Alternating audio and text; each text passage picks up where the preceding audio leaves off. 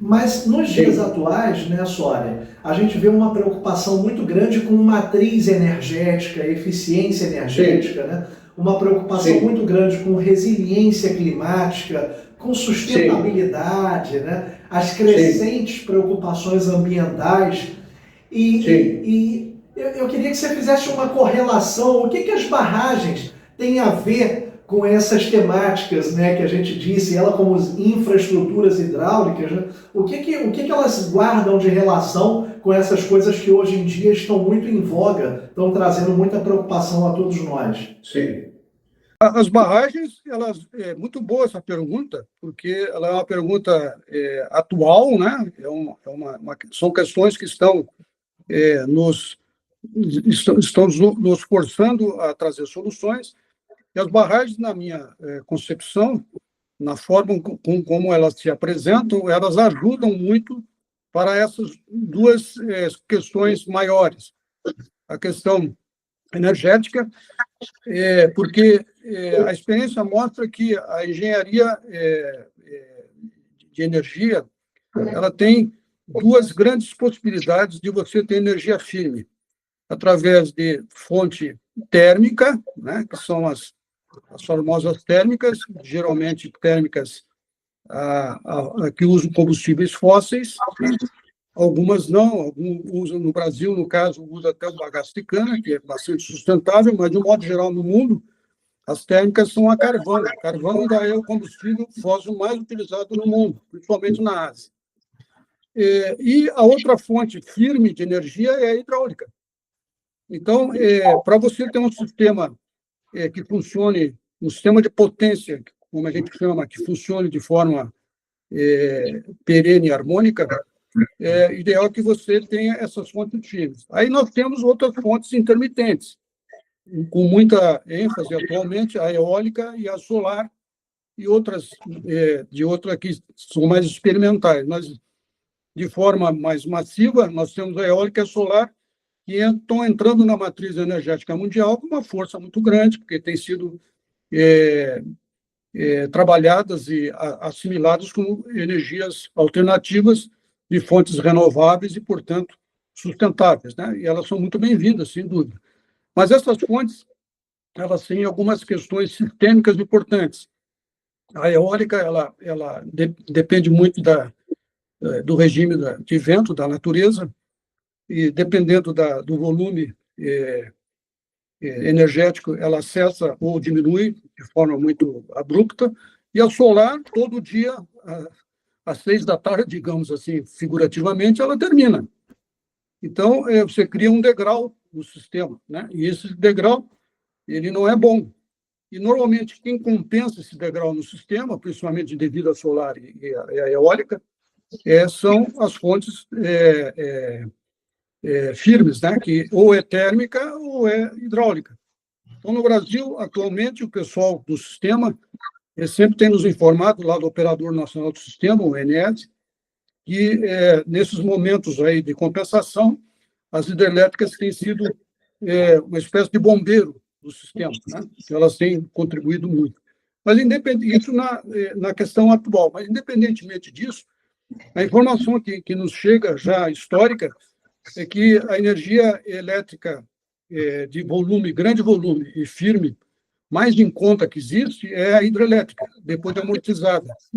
Então, ela tem uma relação custo-benefício muito pronunciada, né, em termos de longo prazo. E as hidrelétricas duram muito tempo. Nós temos aí hidrelétricas temos barragens já milenares e temos algumas hidrelétricas centenárias. Então, são estruturas que duram muito tempo e também se pode fazer manutenção, retrofits, etc. Então, são estruturas com uma servitibilidade muito alta para a sociedade, né?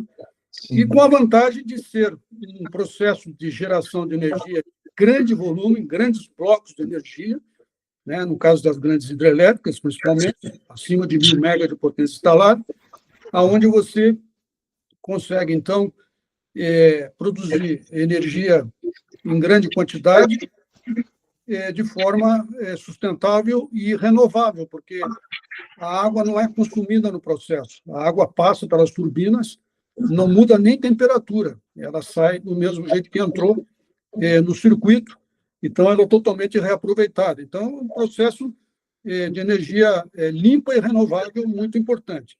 Agora, vejamos o quadro da engenharia hidráulica no mundo. Nós temos que o Brasil tem uma das matrizes elétricas mais limpas do mundo. Veja que interessante. Praticamente 85% da nossa energia é gerada com fonte sustentável. E a fonte são fontes, a maior parte é a fonte hidráulica, né? Acho que 65%, e outros 20% as outras fontes. Então, é uma maravilha. A nossa matriz energética é exemplar. Só temos 15% de energia suja, digamos, né? Falando assim de uma forma mais simples, né? E o mundo é o contrário. O mundo é 83% suja e só 17% limpa. O Brasil não tem muito o que bater no peito e se orgulhar porque conseguiu esse feito. Agora, nós podemos ter melhor ainda desempenho se nós aproveitarmos mais os nossos rios. E o Brasil, por incrível que pareça, tudo nos favorece nesse aspecto. O Brasil é o país que detém o maior volume de água doce do planeta, por volta de 12%. Ninguém tem tanta água, fresh water, como o Brasil. Então, é uma riqueza nacional, eu digo até incomensurável, que nós temos em mãos. E nós aproveitamos, basicamente, 1/3 só desse potencial. Só que os 2/3 restantes, eles estão praticamente na região norte do país, na região que coincide com a região amazônica. E lá coincide com muitas unidades de conservação que existem, não só unidades de conservação de caráter conservacionista, mas também áreas indígenas e de povos tradicionais.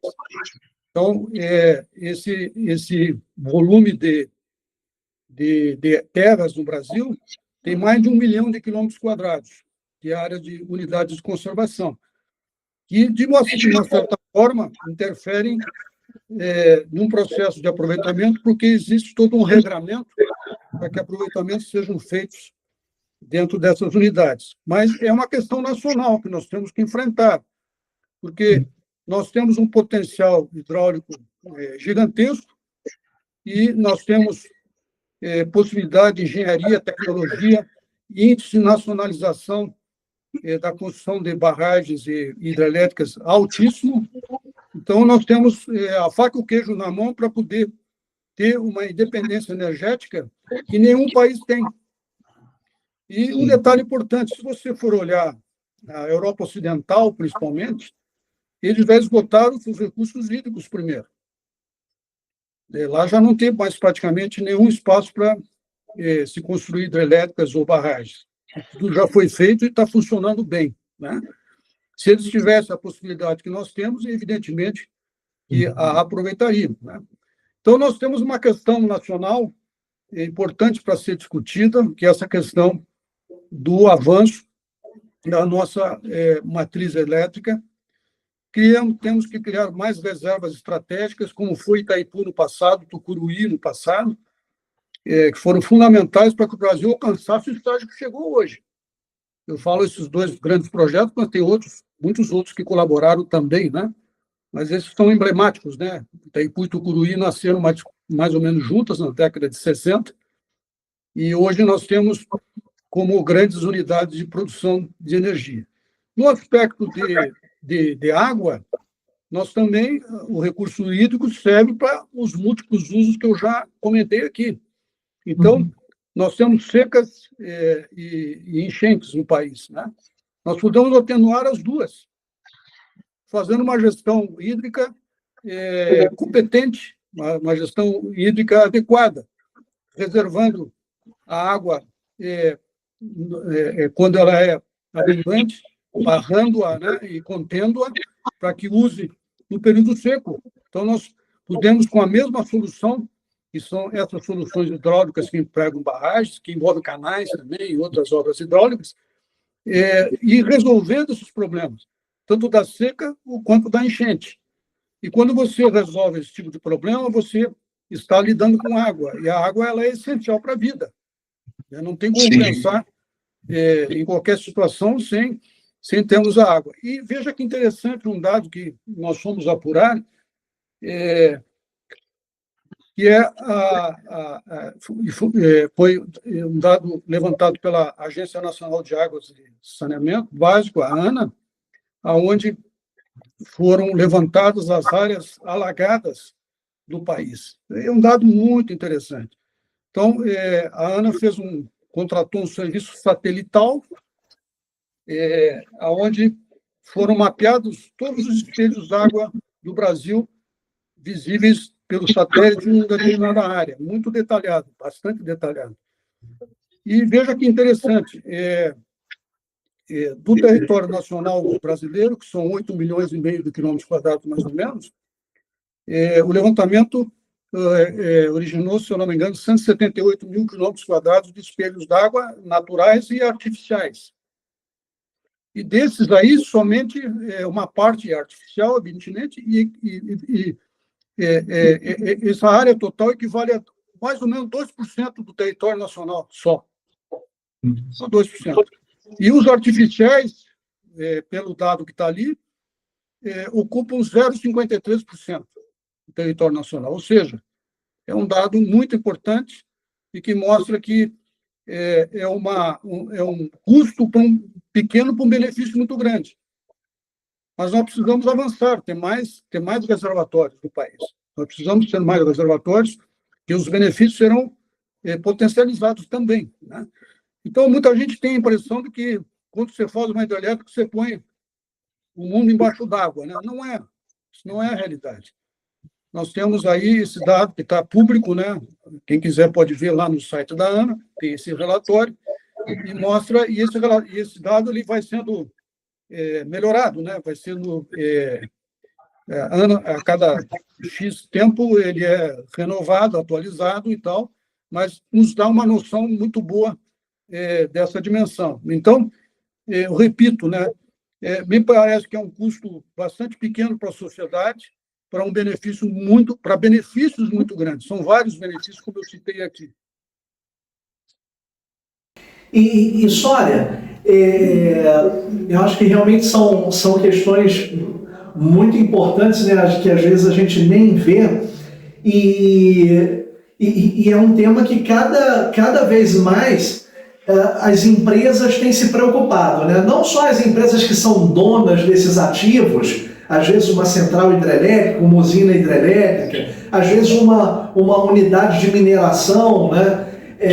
Como as próprias construtoras, né? Os próprios projetistas, consultores, têm se preocupado cada vez mais com essa temática, né?